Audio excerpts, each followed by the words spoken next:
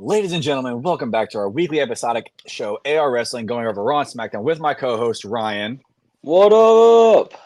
And y'all sit back, relax, and enjoy the episode as usual.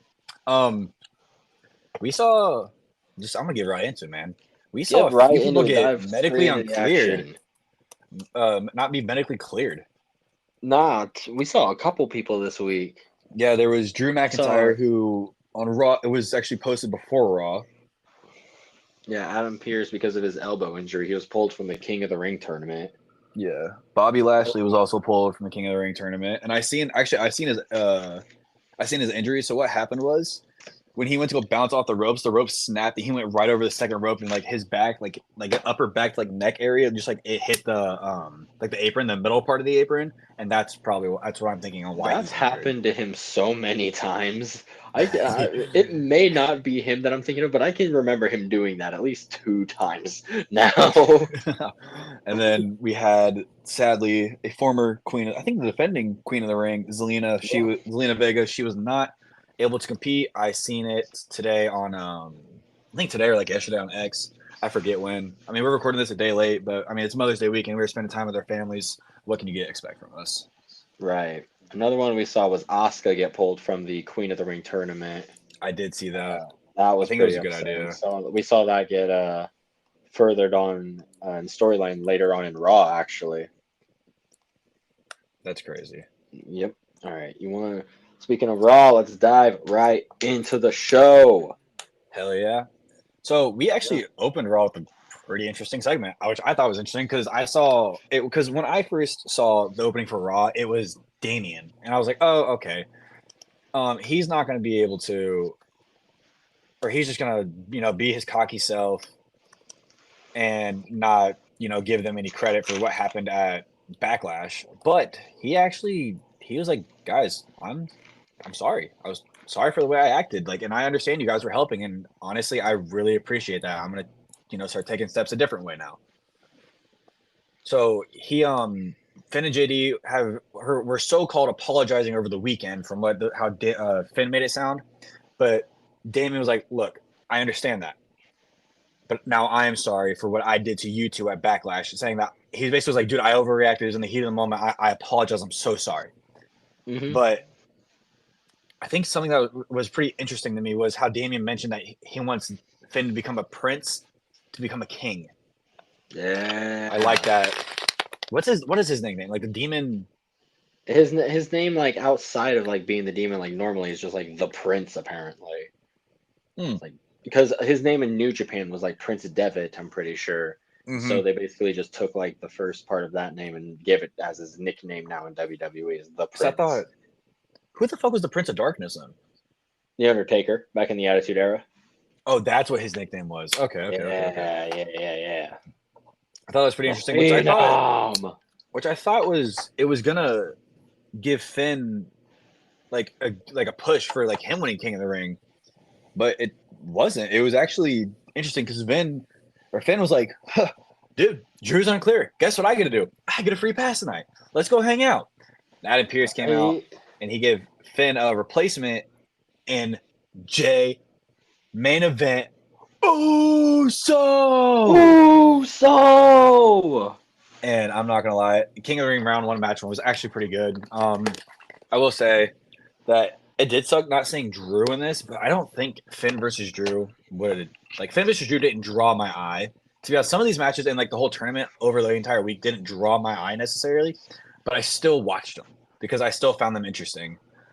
Like that's really where I'm at. How do you feel about this whole tournament so far before we really dig into this? When it comes to the tournament so far, like I look at like both sides of the bracket, the SmackDown and Raw sides for both men and women's. Yeah. I'm a lot more interested in the men's Raw side than I am the women's Raw side. And vice versa, I'm a lot more invested in the SmackDown women's side than I am the SmackDown men's side. I think I am too, because for Raw this week, we saw a lot of people come in. We did see a lot of it. It was two very match heavy episodes, which I was personally a big fan of. Yes, It definitely had its share I of agree to segments that. as WWE like usually does, but it was definitely more so focused on the matches. Some of the matches were very quick, yes, but there were a ton of matches on this card, and it was pretty fun. I liked it. Yeah. I mean, speaking of Jey Uso, I mean, I know we're kind of backtracking here, going to Backlash. He tweeted out, I think today, actually, from the Usos Twitter themselves, or Usos X count, whatever you want to call it. Y'all ain't got no damn choice. Fireflies are mine now. And I had replied to it as, what if they are kind of, that's another hint at, okay, now this is an opponent for the Y6. This is one of their first targets. Jay, Mm-hmm. what if they? So a lot of people have been speculating the Bloodline is going to take over War Games this year. What Okay. if War Games is typically a 5-on-5 match?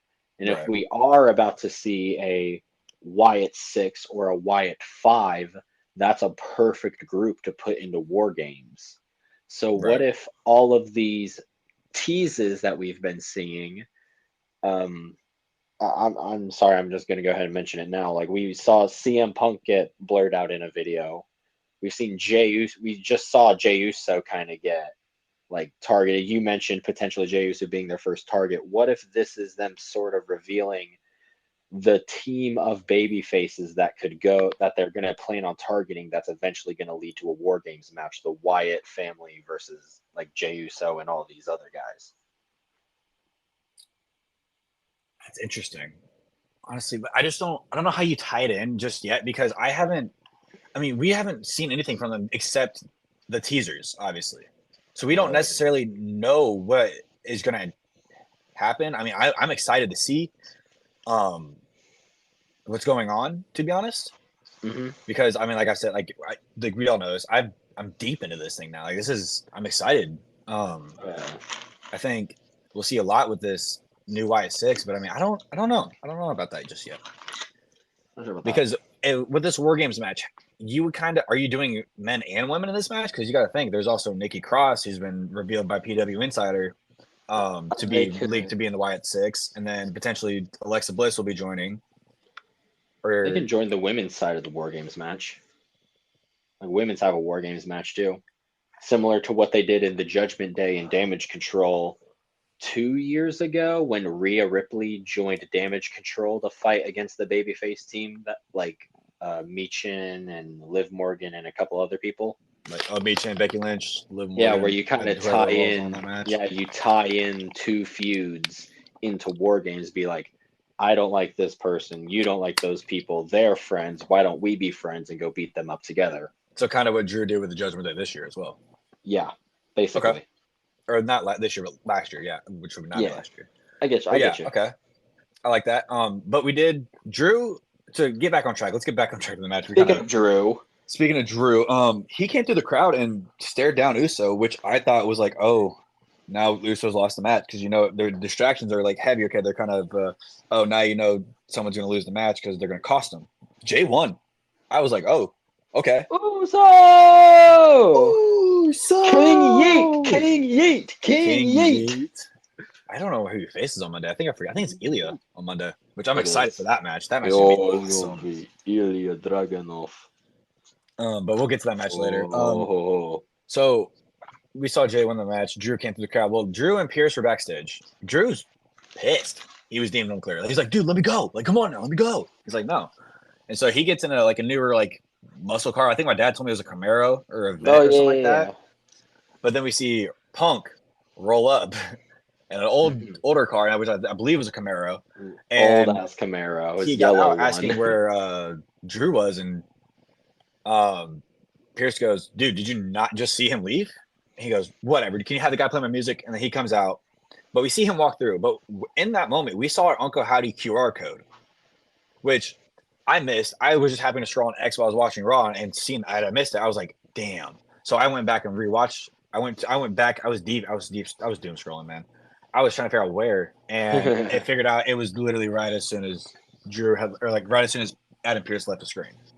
Hmm. But there was a long shot that followed Punk backstage after, like I said, he told Pierce to play his music, which I thought was awesome. But He ended up passing Yeah, Chad these Gable. long Who, shots are following people to the ring are freaking epic. Sorry, I didn't mean to interrupt yes, you. no, you're good. But he passes Chad Gable, and again, who is he yelling at?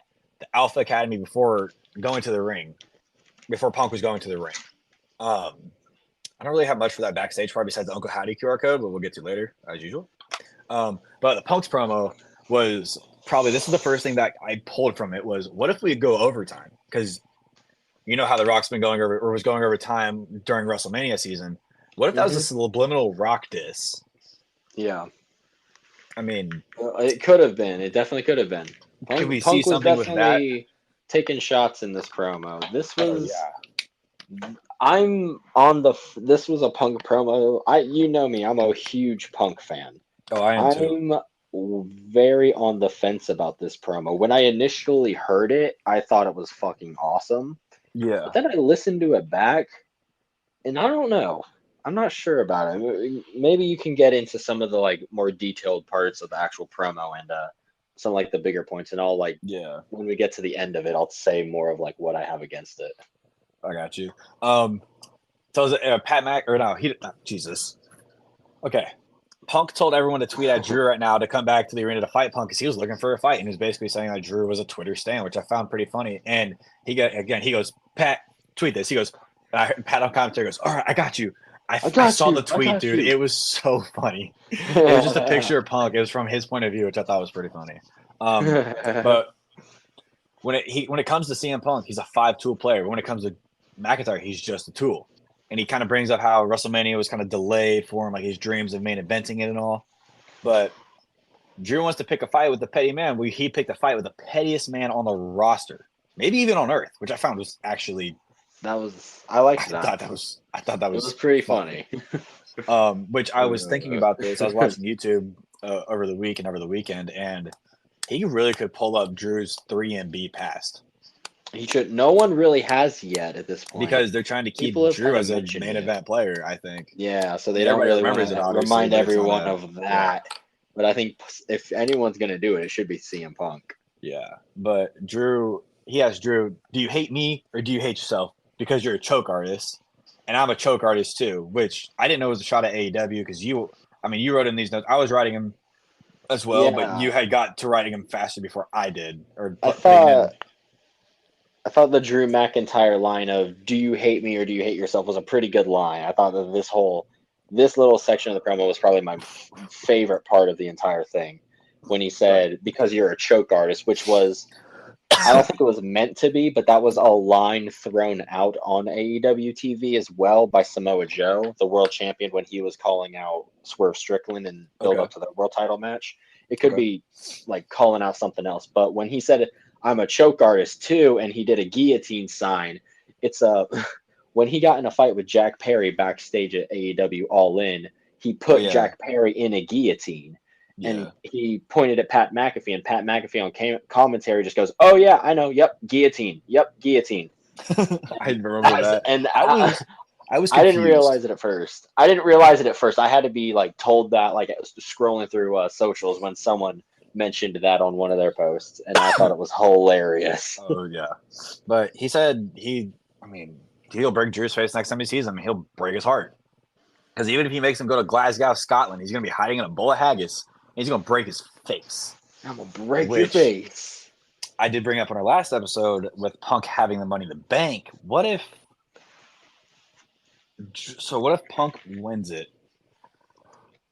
and Drew wins the title at Clash of the Castle, and then that's how we see their feud kind of kick off even more because now Punk's like, dude, I'm hanging right over your head with this Money in the Bank briefcase, so you can't run from me now. Oh yeah. Oh dude, I would love that. Like that would be like the ultimate game of cat and mouse with CM Punk holding the briefcase and Drew McIntyre being champion. Yeah, that's what I'm saying. But I mean, you said you thought it was a bit. You said on here. I see you said a bit repetitive. What do you mean by that?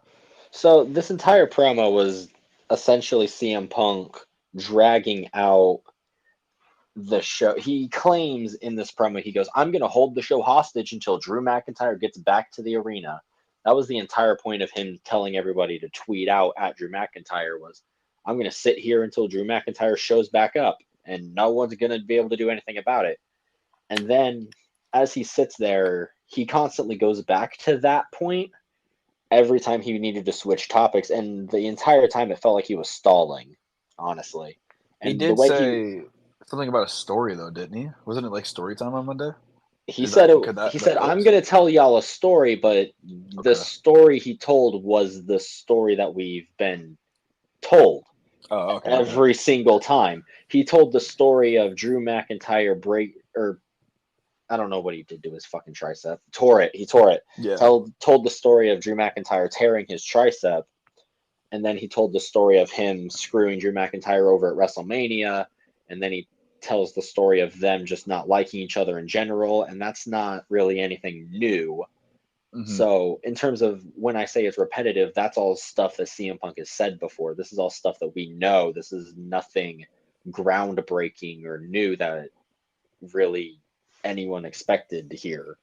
And Okay. when he said So he's gonna, oh, go ahead. no. You finish your thought because this is your Oh, thought. I don't want to cut okay, you off. I got a bit more, but No, go ahead. Take your time. and then when it comes to him saying that he's gonna hold the show hostage, he's out there for 15 minutes, and then he's just like, oh well, guess I'll leave, and then just walks away. Yeah. Like no one makes him leave, no one confronts him to make him get out.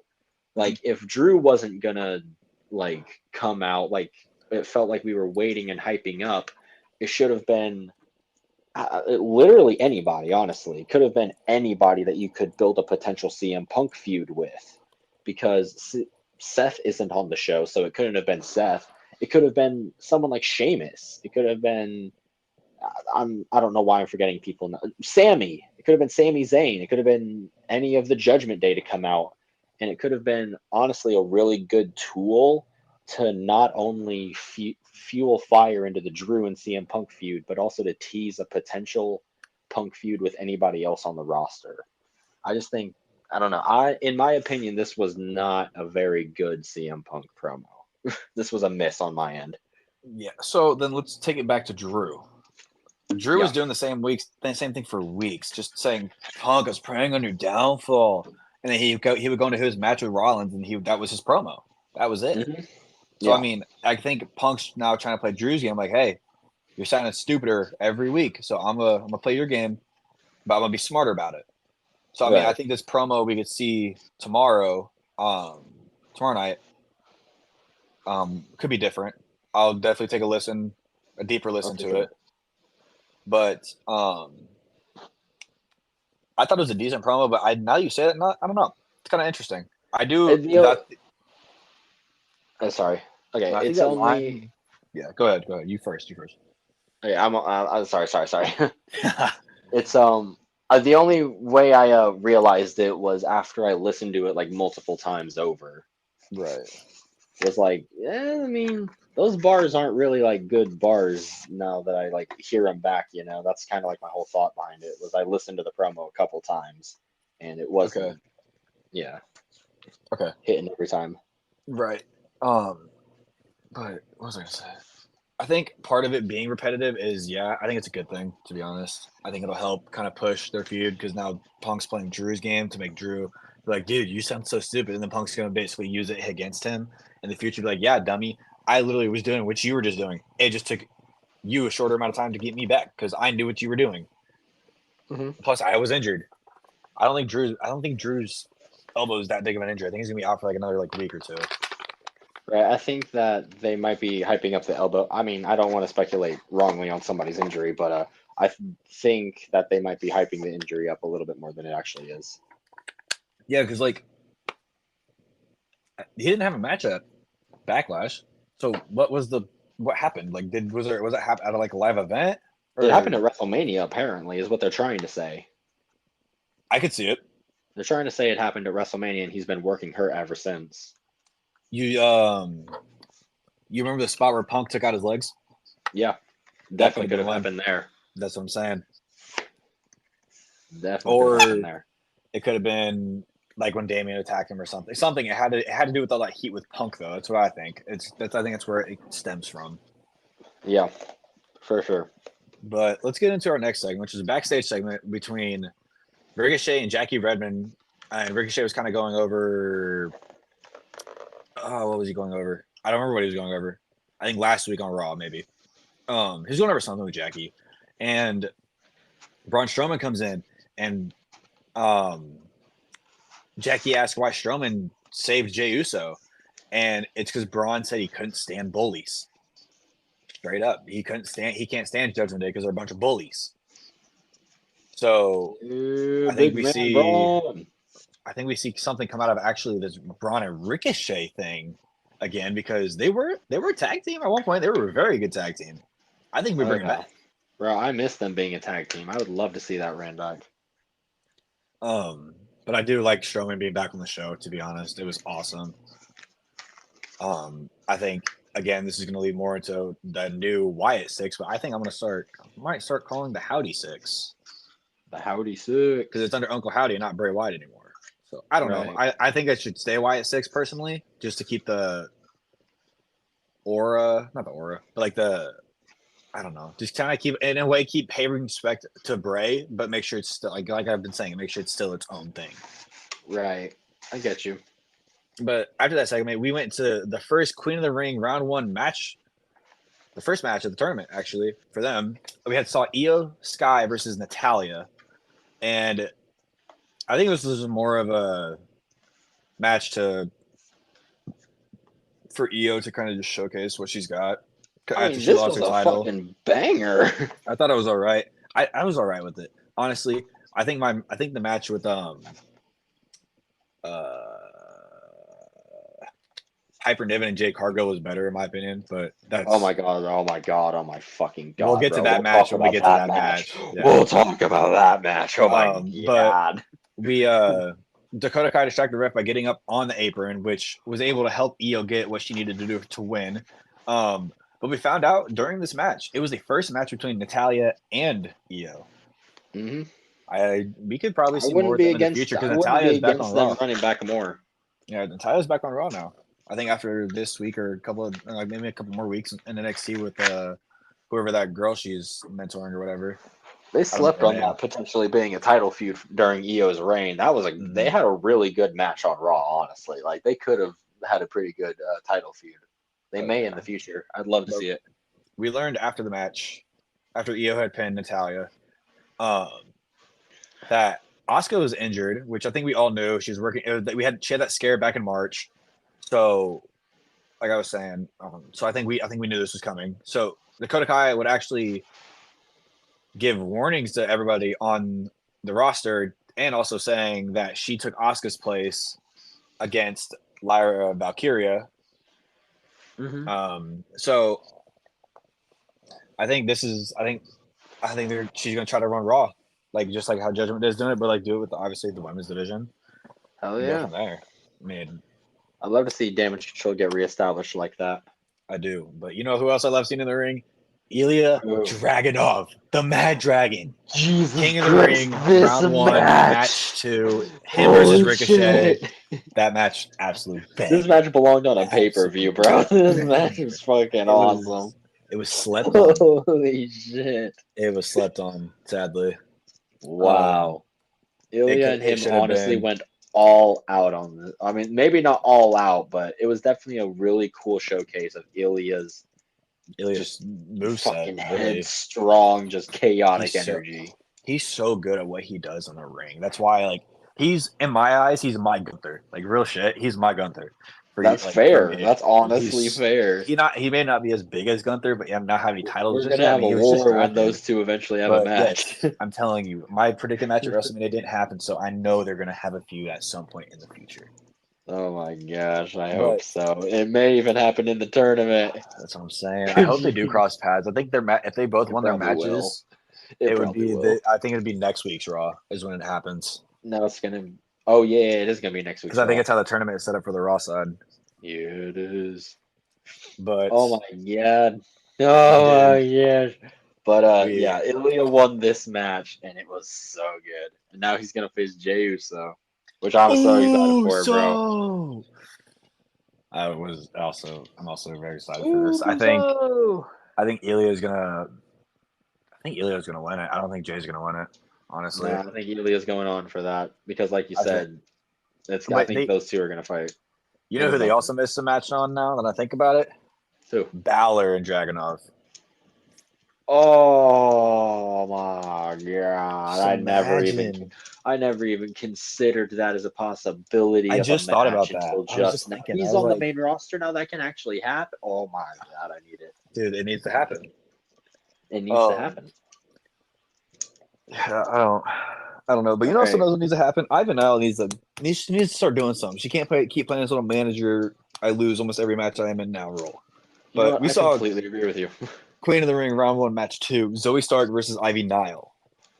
I thought this was just basically like just two meatheads kind of going at it. I mean, it wasn't no like powerhouse match, but it was just kind of they were at it. They kept each other up. But Zoe Stark also did the home run symbol for, I think it's the Hartford. It's like a double or triple A team up in Hartford. Yeah. For the MLB. I mean, I didn't really have much else for this match. I mean, did you? I know you watched it hours after, but this is definitely an example of like the card being very match heavy, but some of those matches being very quick and forgetful. mm-hmm. I think this one was only like 5 minutes long. This was a pretty quick one. Like they went hard in it, but they were quick on it. Yeah, I think all the matches had to be at least like 5 minutes, like 5 to 15 minutes long, because of just how stacked the card was. Which is why we couldn't see Kofi Kingston versus Rey Mysterio's match, who Kofi did win, and Zelina Vega and Shayna Baszler, who Zelina was replaced by Maxine Dupree. And I had not seen the results from that match. I've been waiting for them to come through, but I had not seen anything. Yeah. So I would assume that Shayna won just because it would be a squash match, to be honest. Right. But and then I'll tie more into the Alpha Academy storyline. Yes. Yeah, basically, I didn't think about that. Now you say that. Ooh. That's not a bad idea. I've been thinking. I think we'll see something along those lines of Maxine and Ivan Isle just going on a tear at some point in time. Like I think Maxine should deserve a push, but not a big push, just like a little push, just to get her still like seem legit in the ring.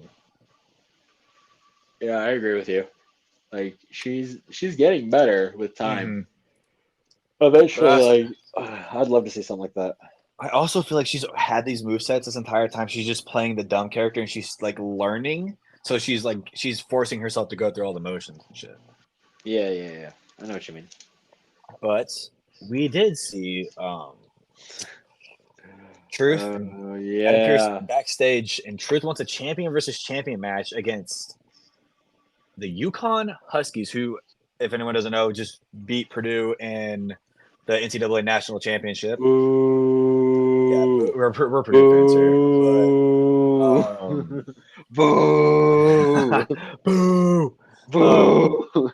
Bro, they were playing that game the other day in the gym when I was in the gym. Piece of shit. Just rubbing it in our face. But truth goes, a sport's a sport, and I'm trying. Like, I think we can all agree on this. I don't think Truth understands the difference, but Miz is like, all right, dude, like, let me talk to him. I'll get it right. Don't worry. But we did see Braun Breaker come into the picture with Braun asking why he's not the King of the Ring tournament, and we don't know why yet. They just went to his office. That's all we heard. Yeah, I'm not a big fan of seeing Braun Breaker like that. It makes Braun Breaker come across a little bit complainy, a little bit whiny. But I think Braun Breaker just needs to be presented as somebody who just takes a dude and eats his head, and then throws the body into the stands and walks away. Dude's insane. Like he needs to be like his uncle Scott Steiner. He should have walked up and be like, "I am parents, let me talk to you. Why am I not anything about?" Just yelling at him, doing Steiner math on him, bro. I swear to God. Steiner math. Speaking of Braun Breaker, with the third Braun on Raw. So many Brauns. We saw 3 Brauns this week. Bronson Reed versus Chad Gable. We need a triple threat. And I think this could be seeing a triple threat in the future.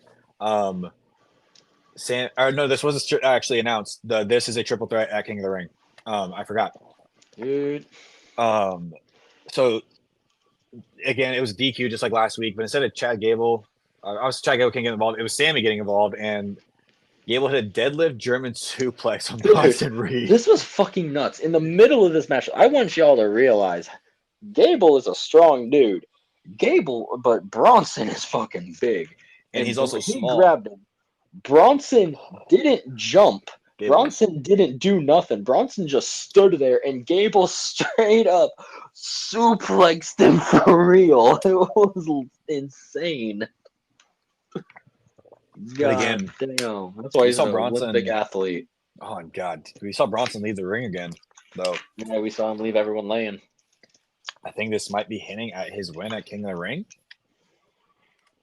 I think we could see him win, but I don't know how confident I feel with that answer. I thought about the idea of maybe Sammy and Gable get too focused on fighting each other, and that distracts them from the greater threat of Bronson Reed, and that lets him walk out with the title. Right. Thoughts on that? I don't disagree, but I think at some point in the match we will see them both try to work on Bronson Reed and beat him down. Mm-hmm. Because I mean, Chad did help Sammy during WrestleMania. Sammy was like, all right, I'll pay the favor just a little bit by helping you beat him down because my title's on the line against you as well, and I got to beat you down too. So yeah, right. I don't know. I'm excited for King and Queen of the Ring. I'm really excited to see what matches we have. The main event match I'm excited to talk about once we get to it. My gosh, bro, that blew my mind. But yeah, we'll get to it. With the other champion Speaking of a world champion. Speaking of a world champion, Becky Lynch and Michael Cole had an interview and basically is shouting out all these women stars, including Lyra Valkyria, Isla Dawn, and a few others. But she, again, gets interrupted by Liv and is basically saying that, yeah, Ryan, you put, she's that bitch and deserves her title match. That bitch. Which Becky would accept at Queen and the King of the Ring, saying after everything Liv has done, she has never actually beat Becky herself. But Damage Control interrupted to go and play the numbers game, but didn't happen. It actually, I don't know if it happened. I don't remember. Yeah, they do. Back to Raw. It's been a rough week. Yeah, they did.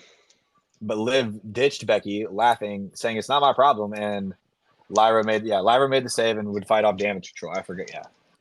So yeah, that was, which would also lead us into our next match. But I do like the fact that Lyra did come in. I think we see something with Lyra and Becky in the future. So I think we might see Becky actually beat Liv at Queen and the King of the Ring. Really? You think and basically I know it's early. Really? It's early. Listen. This is wild take. I know it's early and Lyra's main roster. Let me talk to you. Yeah. Let me talk to you. Yeah. But she might give, or Becky might give her a world title shot, but Becky's obviously going to beat her. Man, I can see that. I don't know. That's just a wild take. I would love to have Liv win at Queen and King of the Ring, because now she can flaunt around the title for 2 months. And my prediction is Mommy comes back at SummerSlam. Bro, I'm gonna pop so fucking hard when Rio's music finally hits again. Oh my god, I'm more excited for Rhea to come back than I am for Roman. Yeah, I even think Roman's coming back too. I think we'll get back into that during SmackDown, maybe. I don't know. Yeah, we will. But we saw Lyra and Dakota Kai in Queen of the Ring round 1, match 3. Winner was Lyra. I think we all saw that. I don't think Dakota Kai would go very far, to be honest. I don't think they would do something with Damage Control in there as well, because they're already doing something with they're doing something. I think there's one stable in the tournament. Oh yeah, it's Bianca and Jade, and they both won their matches on SmackDown.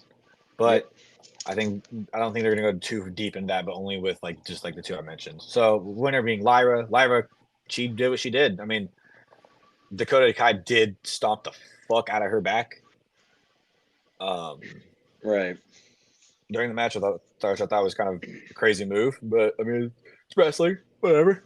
Dude, it was, yeah. This was a pretty fun match. I liked it. Everyone, I think, sleeps on Dakota Kai. But even I'll admit that I've slept on Dakota Kai in ring.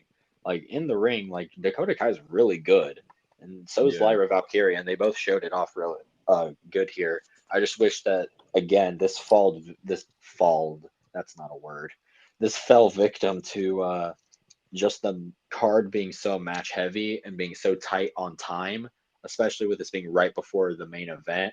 So of course they were pushed for time because that needed all the time that they could give it. Oh my god! And the main event was awesome with Oh, it being the last yeah. round one televised match for King of the Ring on the Raw side. Gunther versus Sheamus. Gunther just absolutely beat the hell out of Sheamus. I mean, they Bro, beat the his hell out of each other, to be honest. chest. Absolutely murdered Sheamus's each other. chest within the first like 5 minutes was red and bloody. Yeah, I don't know how that happened, but I could not, dude. That would just hurt. Sheamus is a legend. Dude, this was an insane match. I fucking loved it. Oh hell yeah, dude. And Definitely, Sheamus. I think this is probably, unfortunately, what Sheamus said. This will probably be the last match between the two of them because he doesn't want to do a round 4, but I would do a round 4, I and would then do a round Sheamus 4. should get his win in this Sheamus should get the get rivalry.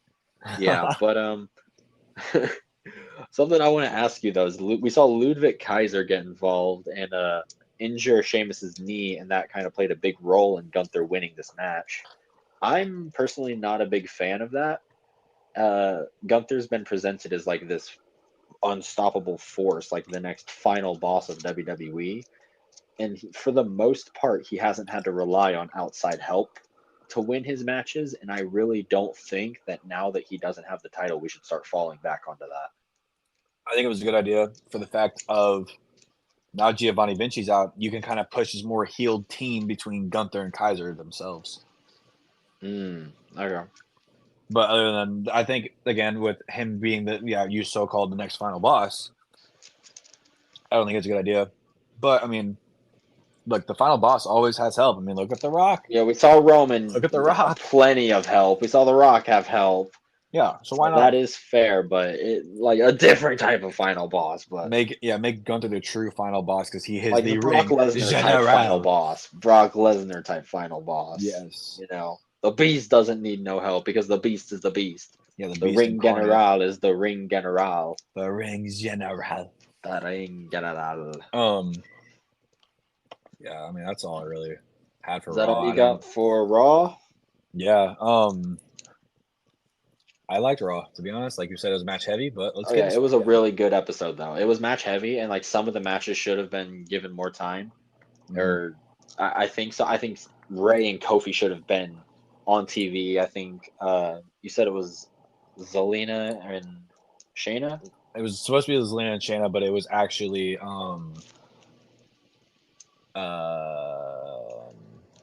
why am I blanking? Oh, Maxine Dupree versus Shayna.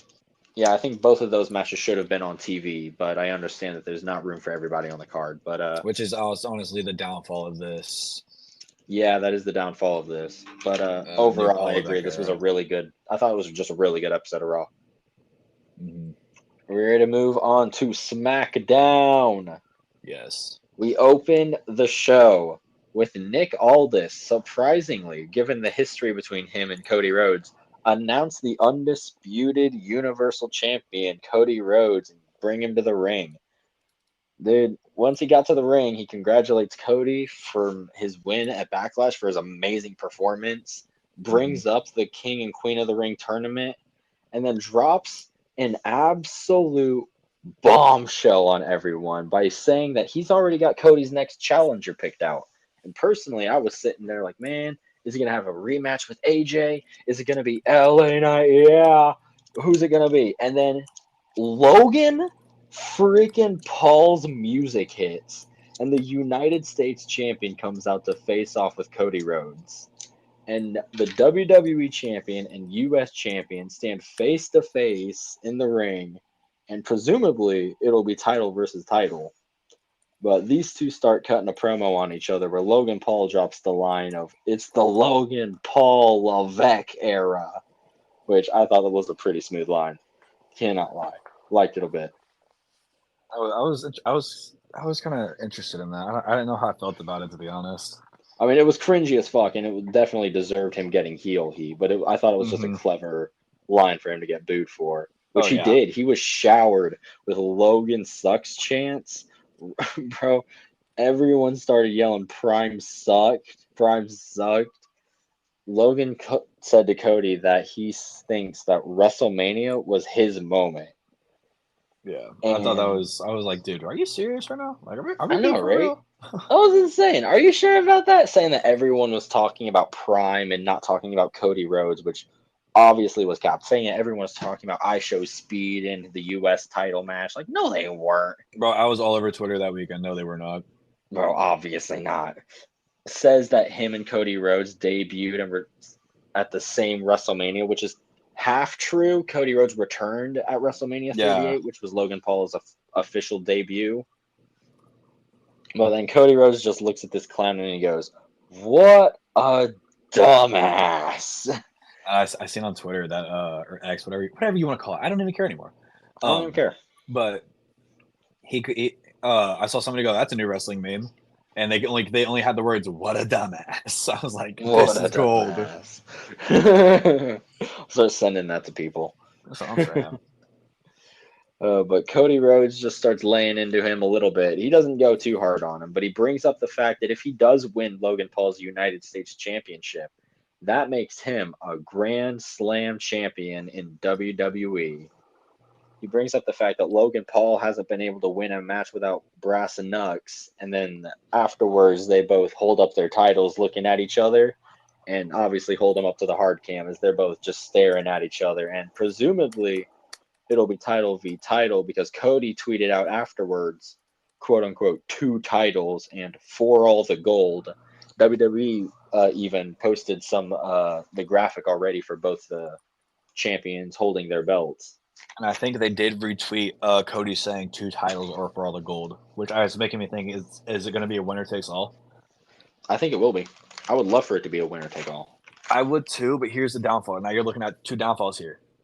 But if Cody wins the U.S. title and keeps his title, now you're pushing Cody as this new Ultimate Champion, or or what you could do is push him as like what not as the same character as Seth Rollins back when he was a double champion, but kind of push him as like that Seth Rollins character, but not in a heel way. He like you kind of portray him in the babyface way because he doesn't know if he can turn heel just yet. But I wouldn't be upset if he turned heel. I would just have to be in a weird way to do it. I think you'd have to do that honestly with Randy Orton because Randy right now is just popping being the babyface right now against the Bloodline with Kevin Owens.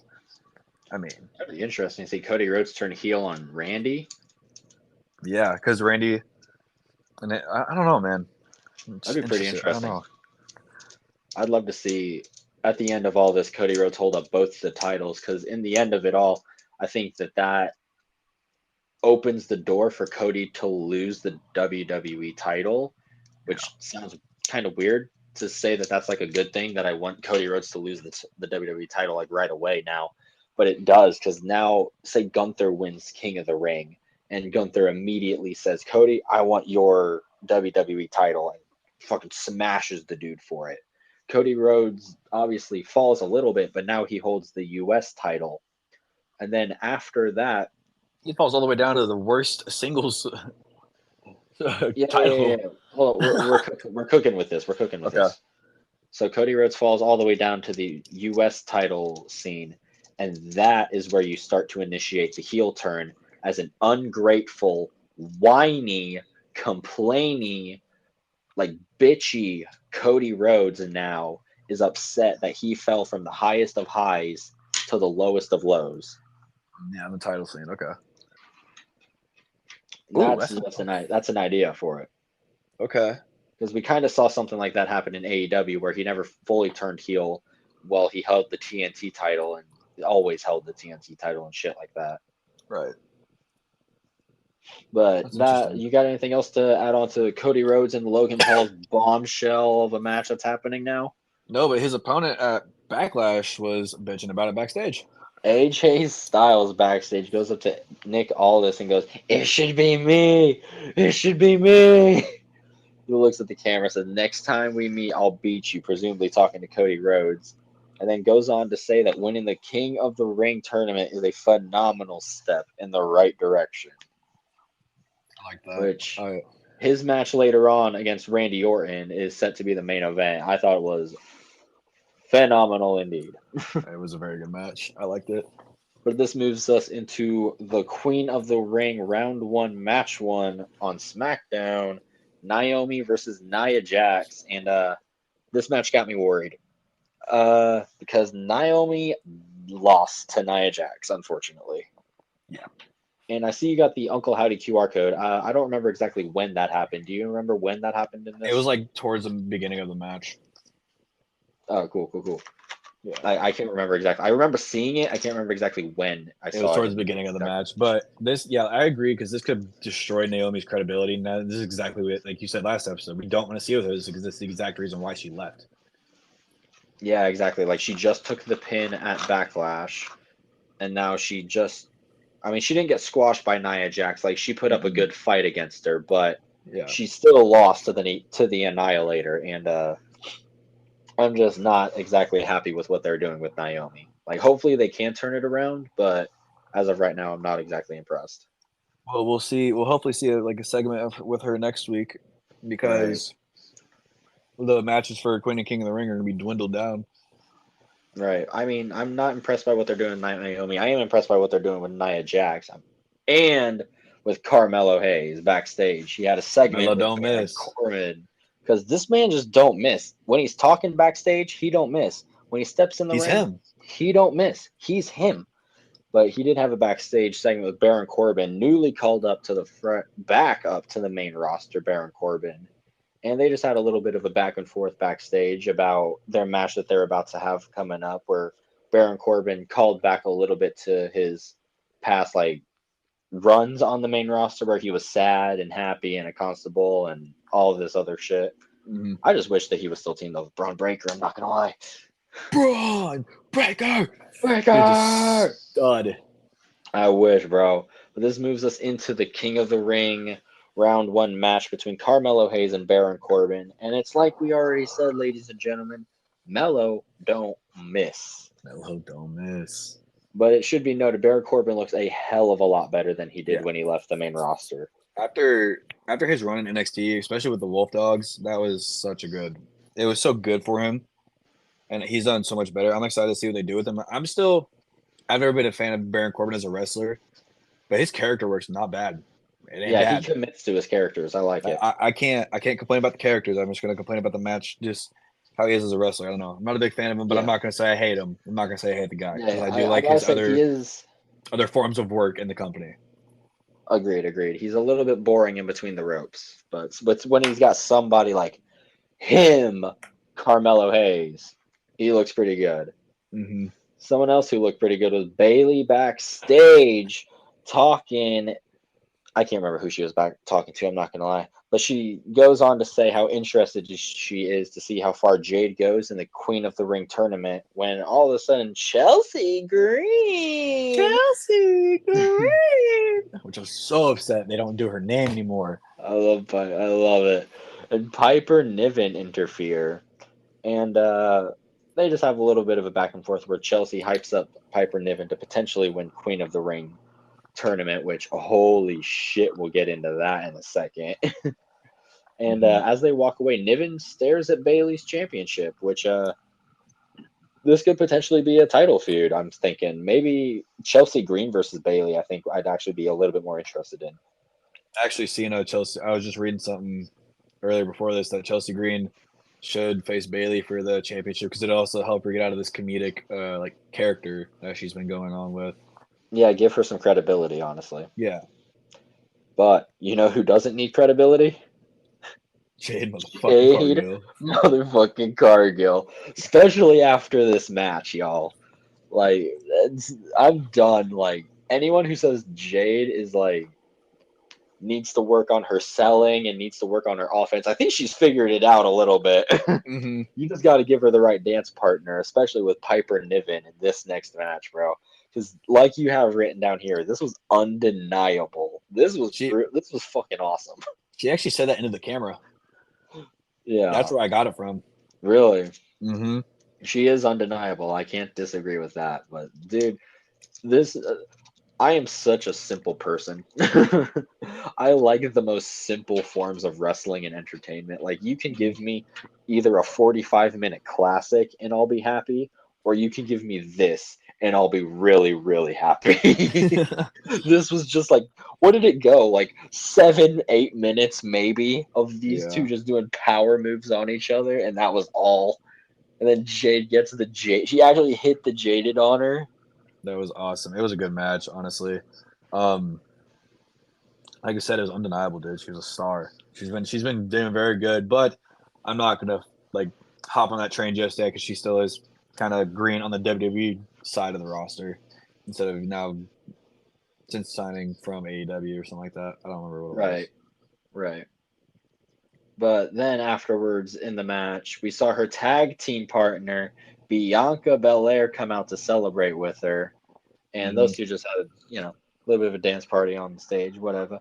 Then we Yeah. cut backstage to Randy Orton, who in a backstage segment says that he's the one thing that he hasn't accomplished is winning the King of the Ring tournament. His entire career is the only thing he hasn't done.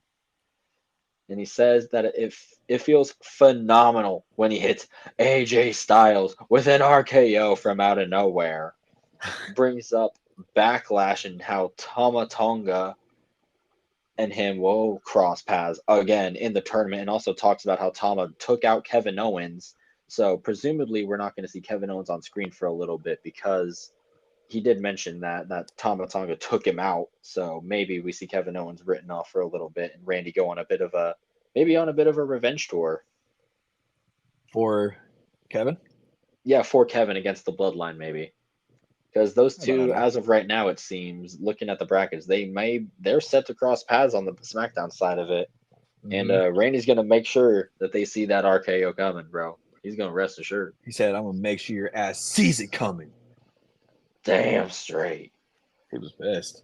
He's pissed, bro. But yeah, I'd love to see Randy Orton go on some kind of a revenge tour against this new bloodline, against Tama, against Tonga, and against Solo. Mm-hmm. I'm gonna get those names so confused. But this moves us forward into Bianca Belair versus Candice LeRae with Indy Hartwell by her side. This was a pretty good match. I'm not gonna lie. I told a pretty good story here with Bianca Belair hurting her knee pretty early on in the match, and Candice LeRae, of course, being this new heel character, targeted that sucker like Of course, nonstop and like I tore that seen thing apart. I seen something on like X. I think that this discredited Candice LeRae. I think because she didn't get an entrance. I think that's what they're talking about. But I mean, they need to do. I Yeah, seen something that they need to do something with Candice because they can't just keep putting her in these matches. Like she needs to do something. yeah, I agree. She needs to get like some wins under her belt because I think I mentioned it in the last episode. I'm a big fan of Candice LeRae. Yeah. And I think she can go places if they just start packing some wins behind her and give her a good story to run with. She plays her Poison Pixie character so good. Oh yeah, I agree with that there. It is so what we just like I said, phenomenal. But Phenomenal. we did see another phenomenal star on screen, but it was on a video. Bro, Shinsuke Nakamura, dude. Shinsuke Nakamura. I'm not gonna lie. I fast forwarded through this. But Okay, so it was essentially him saying that he is the master of strong style and he plans to reign supreme. essentially, but what I kind of pulled from that when I wrote this was that he, um, those were like the master song style and plans to reign supreme were like the letters that were there. So now looking at it, kind of makes me think. I mean, the WWE Championship has red on it, which is the WWE symbol, like below, and then it's gold. The plate itself, it's gold. So like another kind of hint at him going at some gold or something, or I mean, it's just a wild, wacky idea, but I mean, Well, potentially. Maybe. Red, gold, he's gonna become Hulk Hogan. down, down, down, Down, down, down, down, down, down, down, down. You start Awesome, dude. dropping the leg, bro. Oh man. But after this brings us to the Bloodline backstage, sitting in what is presumably their locker room, where Solo is standing there and Heyman comes up and he goes, "You understand? I'm Roman's wise man, right? Like you're doing shit that like ain't okay. Like you're not like following the outline. You're not following the plan. You're not doing what the tribal chief says." Which Solo says, "I'm not doing what the tribal chief says. Aren't you the one that pulled Roman from the draft without him saying so? Without him saying anything, without talking to him?" And then he brings up the fact that Heyman nodded at Jay at Backlash, saying, Right. "Paul, are you sending signals to people? Are you like going against us right now? Like, what's Hmm. going on here? Are you trying to take money out of my pocket? Are you trying to take food off of my kids' plates?" Like really going after Paul here. And then he drops a bombshell on him and he goes, "You know what, Paul? You may not have talked to Roman, but I have." And he says that I'm in charge until he gets back. And he says, "Now you listen to me." And then he pulls him close and he goes, "I love you, wise man. I love you." And then Love you, wise man. Tama and Tonga, Tama and Tonga come in behind him, and this was just like this reminded me of like a scene out of The Sopranos or something, where like they're secretly about to kill this man. Like I could see potentially like this being like the outline of Roman's return, where like these three, potentially four if Jacob Fatu ever shows up, are like about to kill Paul Heyman with like a chair shot or something. When you hear do do do dee, do, do, It's and the Roman's music tribal playing. chief comes out. Damn. Oh, I I can like see that, something like that honestly. potentially happening. I But do of like course, that. right after this, we go right into another King of the Ring match. It was Angelo Dawkins. He was substituted into this match for Bobby Lashley. Like we said earlier, he was injured after tumbling out of the ring again. Damn it, Yeah. Bobby. God damn it, God Bobby. damn it, Bobby. But it was Angelo Dawkins, accompanied by the rest of the Pride, Montez Ford and B-Fab.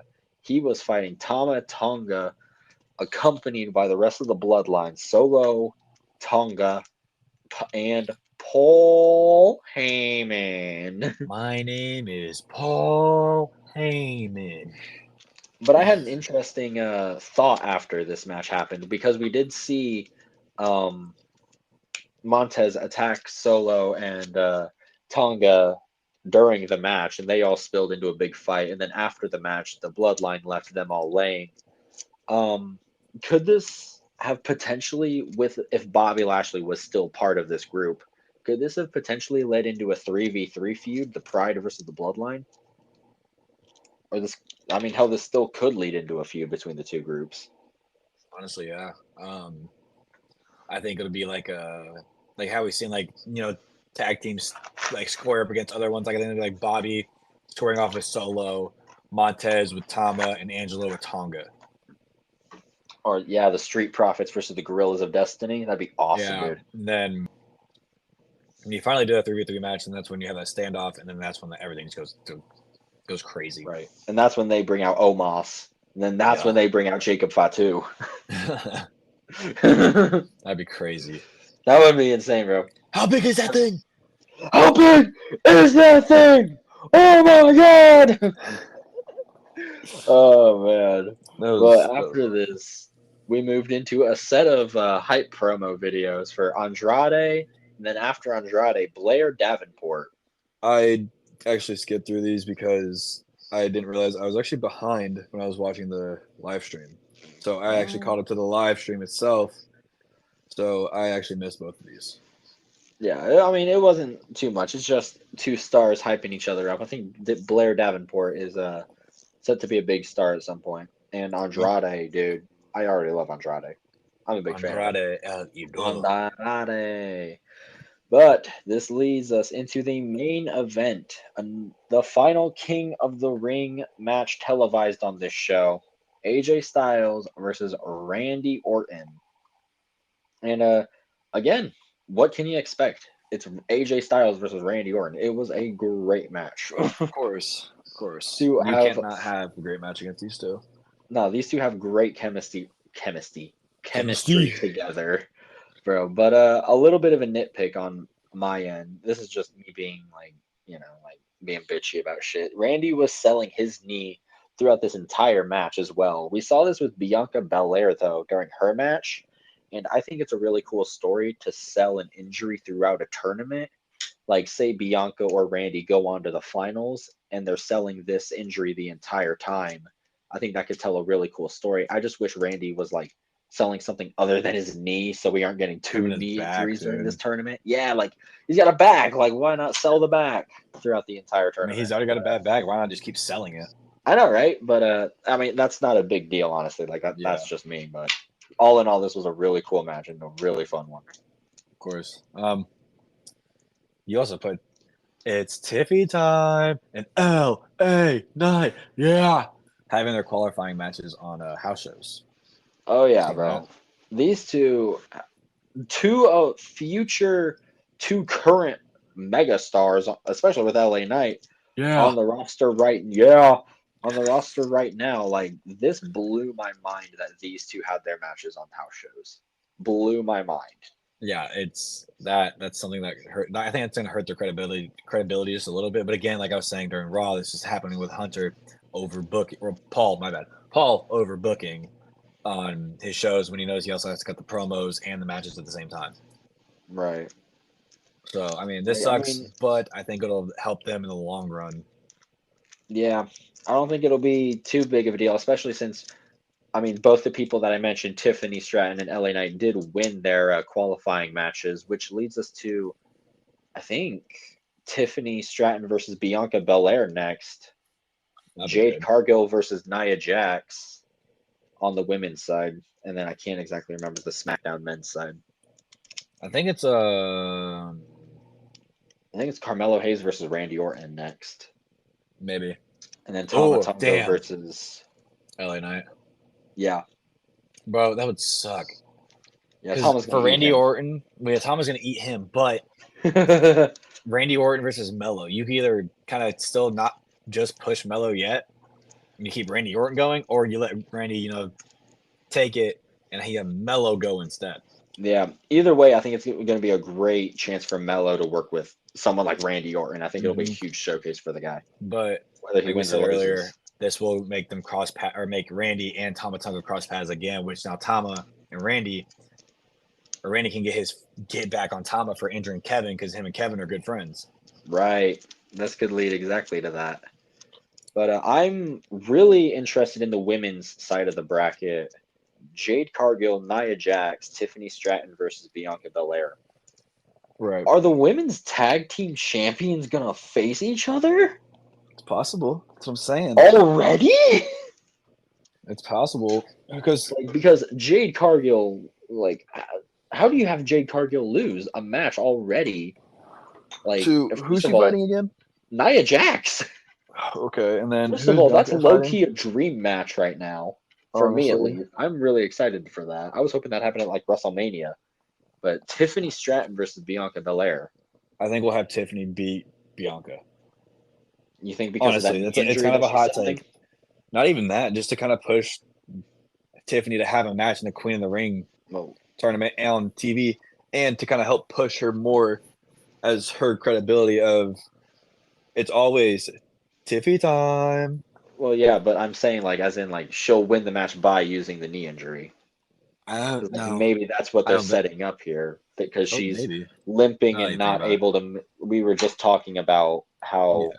injuries can be used to tell stories throughout tournaments. It's a time and tested method. Brett did it and his King of the Ring tournament. Everyone's done it in King of the Ring tournaments. It's King So of the Ring Bianca, tournament. You always got to sell an injury, man. Come on now. I mean, it's a tournament. Yeah, it's a pretty good story. I mean, it's a good story to tell for a tournament. It makes sense. Yes, it But does. I do agree. yeah, I could see that being the downfall of Bianca Belair in the next round as she falls to Tiffany Stratton. And then we get Tiffy time versus It's Jade Tiffy Cargill, time. I think which we have Jade I Cargill have win this Jade entire going. thing, I dude. have Jade going all the way. I think we have Jade Jade winning Cargill this. going all the way and Gunther going all the way on the men's side. That's a pairing right there. That is a pairing. Holy shit. Holy shit, that's a pair of winners. Man, I'm excited for this tournament to see what happens in the end. And the King of the Ring and Queen of the Ring at Jeddah, Saudi Arabia. I think it's at like 1 o'clock our time, Eastern. I think 12 Yeah, it's a good time for us early Central. afternoon. I'm excited to see this as I think Saudi shows have gotten a lot better these past few years, so I think we'll see something absolutely they just hit it off. Oh yeah, I agree. Especially since uh Triple H took over for Vince. I mean, even speaking about Saudi, and someone that could be appearing at Saudi, like we were talking about the audio files yesterday, Bo Dallas and Uncle Howdy Uncle himself. Howdy, or as Uncle Howdy himself. I mean, We did could you see see it anything I happen. sent you? I've seen a lot of the things that you've sent me. We've had a lot of the things happen with Uncle So Howdy. the Unfortunately, texts, he didn't show up at Backlash. yeah, unfortunately, I was still upset about that. But um, he the video, the text in the video said, "Drink from his suffering. Even now you doubt us, but soon you will understand that all we ever wanted was a chance." And it started out in this like abandoned library or whatever, but then it cut from "Drink from his suffering" to "Six birds in the sky." And as even now you doubt us. And then I think it was like a set of doors after this. And then, but soon we saw somebody in a kitchen. But then if you slowly cut to the next frame, we saw a hand over someone's head, which is a hand like it's someone, but you don't know who it is. Right. I mean, you understand. Oh, everyone was a chance. Bunch of underscores get added, and then it goes to like everything's across the screen again, like it has been for the past few weeks on some of the texts. But then a Nightbird outline pops up, but if you caught it just fast enough, you looked like the bottom right of the outline, you saw X dash XX, not X, V dash XXV. It was seen again, and I think this is another hint that we're gonna see them in Saudi, or I think it's still kind of pushing against the fact of Uncle Howdy is Bo Dallas, so we're making this known now. Right. And then um it cut to the library again, but we saw like a little something. If you looked at the bottom left in the hallway, going like the way, you saw something move, and it was like a coat came out super fast and ran towards the camera. It was a black coat. I think people are speculating that it's Uncle Howdy, which I could Ooh, see it honestly. Uncle But Howdy. if you scrolled all the way down, there's a Nightbird logo, and it gave us a fill in the blank and the corresponding numbers, like one of those things. And it was Yeah. you know nothing. Hell is only a word. Reality is much, much worse. Which now I'm kind of scared because they have to pull, like they have to do something huge. Yeah, there's If gotta they be don't, something it's gonna huge. flop so hard. They're hyping up something big here. But hidden in the file was this like little like text or whatever. It was blank searched for a friend. Blank found none. Blank stared into the abyss, hoping someone would glance back. And still no one cared about blank. He led blank out of darkness, but let blank keep a little darkness inside. And I was watching C Wrestling UK's video, and he's thinking that the three, because it's three asterisks, and you're thinking it could be Joe Gacy because Joe is three letters. So Joe searched for a friend. Joe found none. Joe stared in the abyss, hoping someone would glance back, and still no one cared about Joe. He led Joe out of darkness, but let Joe keep a little darkness inside. That'd be interesting.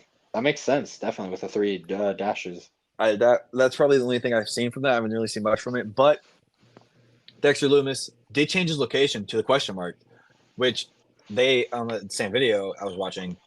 It said like Joe Gacy's like tweeting, like he's been tweeting, "Where am I?" I think this is going to tie into a little bit more of it with Yeah. that because like Dexter Loomis has not changed his location, and Joe Gacy doesn't know where he's at.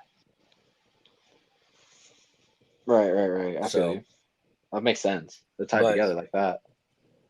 years and a metonic cycle was the hidden words that we've been seeing. But a metonic cycle is at the time of so this is at the time of Raw when this happened. So this is all happening on Raw. There's 19 years in a metonic cycle. Yeah. But there at the time of recording of Raw, it was 19 days till King and Queen of the Ring. But it was also 19 years ago. This was just a huge. So this is just something for SmackDown, just kind of a throwaway idea, I think. But 19 years ago, at the recording of Raw, Monday Night Raw was in Wilkes-Barre, Pennsylvania. Friday Night SmackDown was in Wilkes-Barre, I think it's Barre Bar, Pennsylvania. And somebody was thinking about an Uncle Howdy debut there, but I'm still sticking with King and Queen of the Ring, to be honest. because afterwards we lead into SmackDown. The hidden text kind of helps me push for that. But there's a link in the source code that led to an episode of link to a source code that led to an Inside the Ropes article saying that Bo Dallas is not expected to be back on WWE TV. And Right, but that's inside the source code.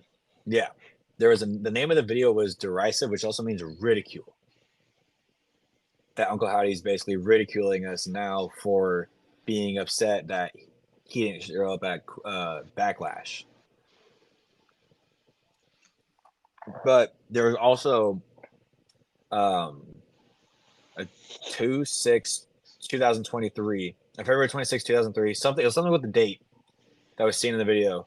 But it was the day that Nikki Cross was seen behind Dexter Lumis, who was next to Johnny Gargano and Candice LeRae. And when Dexter Lumis handed Candice and Gargano the picture, it was a drawing of Gargano and Candice with Nikki Cross right behind him, and Nikki Cross is sitting right there. What the heck? So I thought that was pretty interesting, kind of, pull back into the past. But the last thing I found pretty interesting with everything from before SmackDown, Liv Morgan tweeted out the sheep emoji, but if you zoomed in to her glasses, it looked like Uncle Howdy's mask, just a little bit. Just a little bit. Just a little bit. Which I thought was pretty interesting. I don't know. We see Liv Morgan be a part of this and somehow? Bro, who knows? I mean, her character right now would kind of tie in with it. That would be like how Alexa Bliss was kind of Bray Wyatt's like princess, you so call it. You can have Liv Morgan be Uncle Howdy's. Now that I even think about that. I mean, maybe. Or she can just fool around with Dom. I forgot about Dom. Dom. Mommy, get your mans. Mommy, get your mans under control. But we had the QR code for SmackDown would take you to WWE.com, but the video glitched out. And again, this was during Nia Jax and Naomi's match. But it was glitched out. It was the intro. It was glitched out. The opening scene, if you looked very closly, because I talked to you about this to you yesterday. You had to go back like 3 or 4 times to go look. Yeah.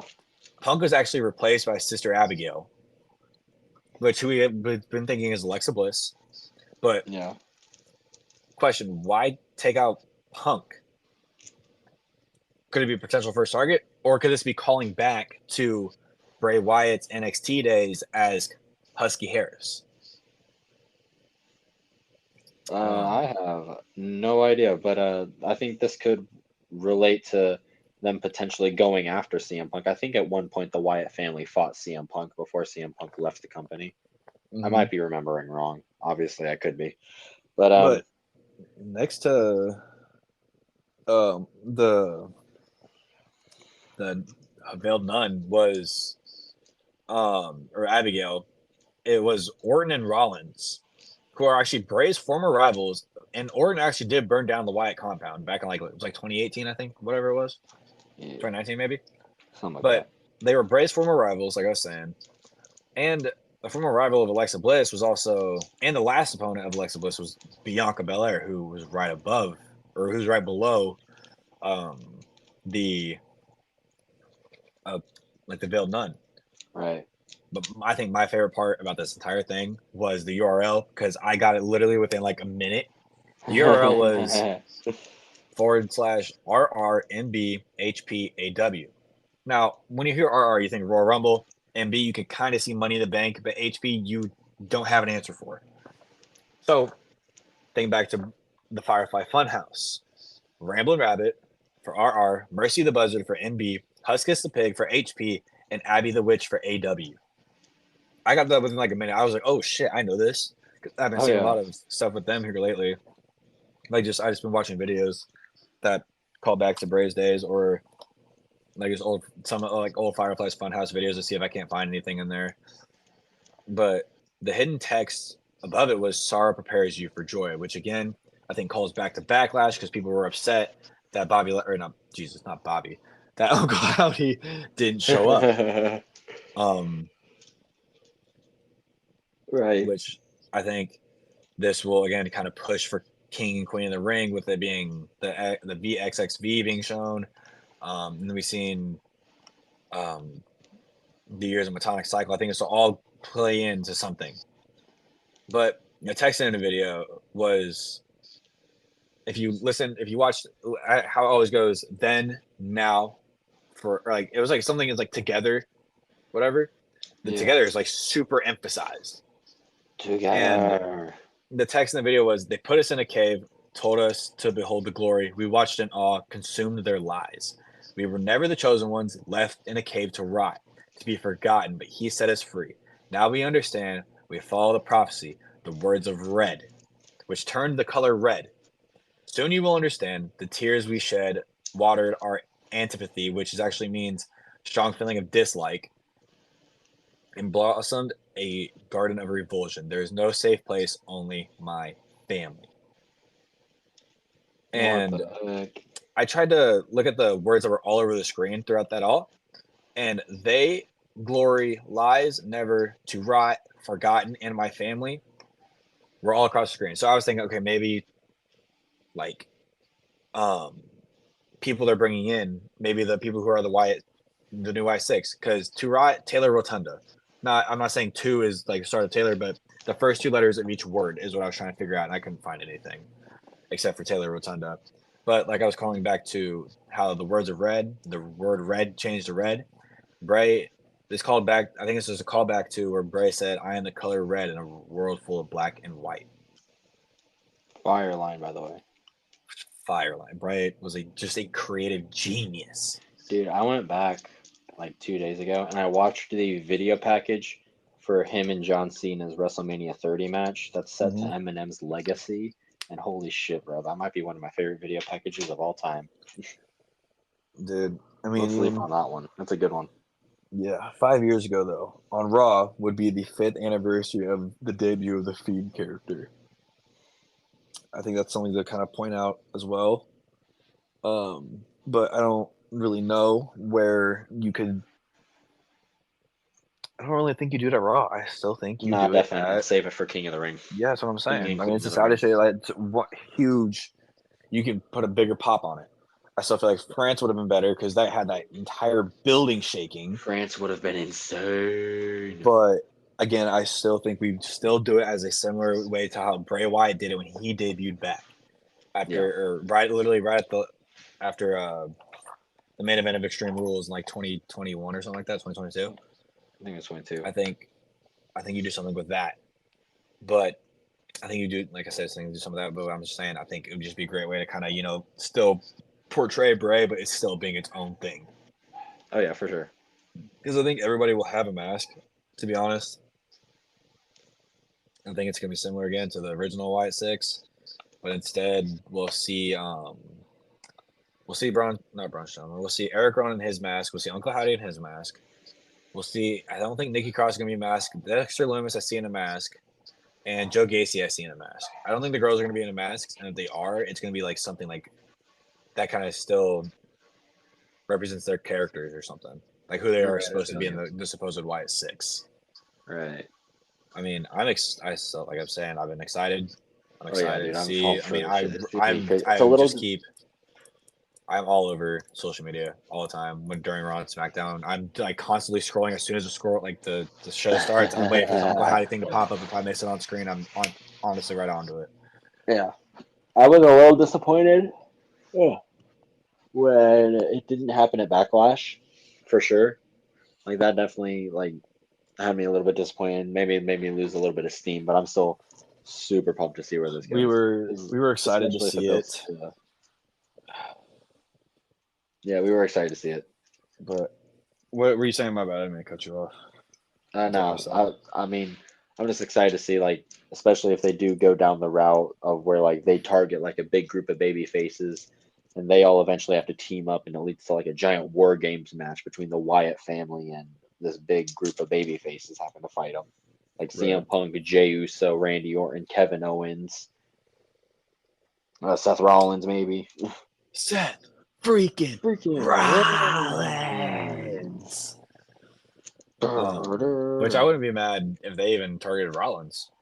Right? To be honest. Just don't put it in a fucking Hell in a Cell. God damn it. Yeah, dude, that match was... That was the worst match ever. I think the Fiend character lost its credibility after the match with Goldberg, where he lost. Yeah. Because Fio was supposed to be like this unstoppable character, then he was beat in like 5 minutes or whatever it was. Yeah. They ruined Hell in a Cell for me for several years. I'd be happy I didn't get to watch that match. I think last Hell in a Cell That match I match watched is was Rollins and Ambrose. seriously, That was forever ago. Yeah, it's that the was worst forever match ago. ever. How the fuck do you end a Hell in a Cell match in a disqualification? That's what I'm saying. Like how? Doesn't And make why any was it sense. red? Why was everything red? I think the point of the red was to kind of help play into. Wait, are you talking about the cage? Was the cage red too? The cage was red. The lights were red. There was a giant wacky hammer. I think the red for the lights at least was to help the Fiend character. But other than that, that all sounds really fucking dumb. In my opinion, the worst match of all time. Because the real worst match of all time, in my head, didn't happen. Brothers of Destruction and DX never had a match together. In their prime. They've never had a match together. What are you talking about? Period. That's fact. Period. That's fact. Alex. Period, queen. Period. Period, queen. Period. They never had a match. But do you have anything else for this episode, homie? No, man. I'm just like I said. King and Queen of the Ring is gonna be the debut of Uncle Howdy. If I'm wrong one more time, dude, I don't know what I'm gonna do. Honestly, I don't know.